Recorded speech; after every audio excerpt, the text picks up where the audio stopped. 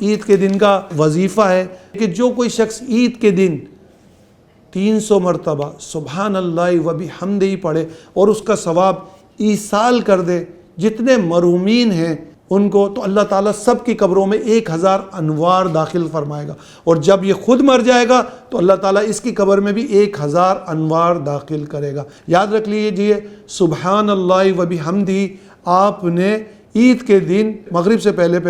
عید کے دن پڑھنا ہے سبحان اللہ و بحمدہ 300 مرتبہ۔ اور نبی کریم صلی اللہ تعالی وسلم کی عادت مبارکہ تھی کہ عید الفطر کے دن عیدگاہ جب تک تشریف نہ لے جاتے جب تک کہ آپ کوئی میٹھی چیز نہ کھاتے یا کوئی چیز نہ کھاتے، عموماً آپ